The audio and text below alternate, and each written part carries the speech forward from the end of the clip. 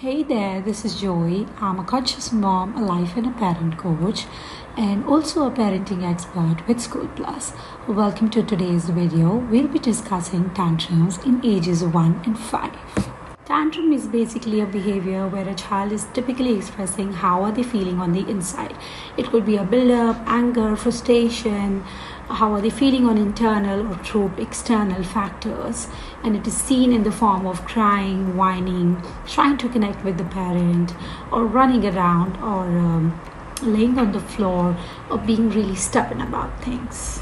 The children are expressing how are they feeling on the inside without any filters, simply because they do not have the vocabulary to express what are they feeling, and second, they are not really sure how do they manage it. So we as caregivers have a huge responsibility in managing their tantrums in a way that we provide them the skills to recognize how are they feeling and how do they manage those emotions.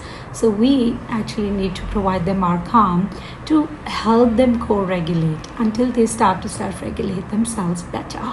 It is a great idea to understand tantrum is a developmentally appropriate behavior, and we need not be scared of our child's emotions.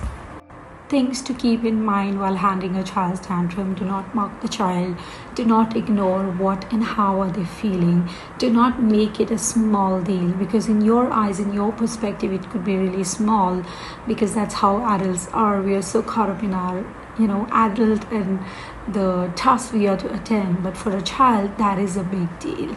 So handling the tantrum would just typically look like coming down to their eye level, listening to them, leaving your gadgets aside, and really paying attention to what do they have to say. And you do not have to give them, or you do not have to give in whatever they are asking. The only way you need to handle is by validating and really allowing them to express how and what are they feeling. And once that is done, the tantrum would not take more than 5 to 6 minutes for it to dissipate. The emotions would be settled by then. And think about it: when you are angry, are you able to think sanely, or are you able to really think about what do you need to do? No, right? Because your emotional brain has taken over your logical part of the brain. Similar things happens with children. Once they are expressing, or once they are angry or expressing their frustration, they're not able to think, or they're not able to really understand what are you trying to say. So that is not the moment where you give them lecture or make them understand things. That is just a moment to really listen and be with them. So the next time you're handling your child's tantrum, be it any age, just be there with them, not just physically, mentally and emotionally, and see what falls.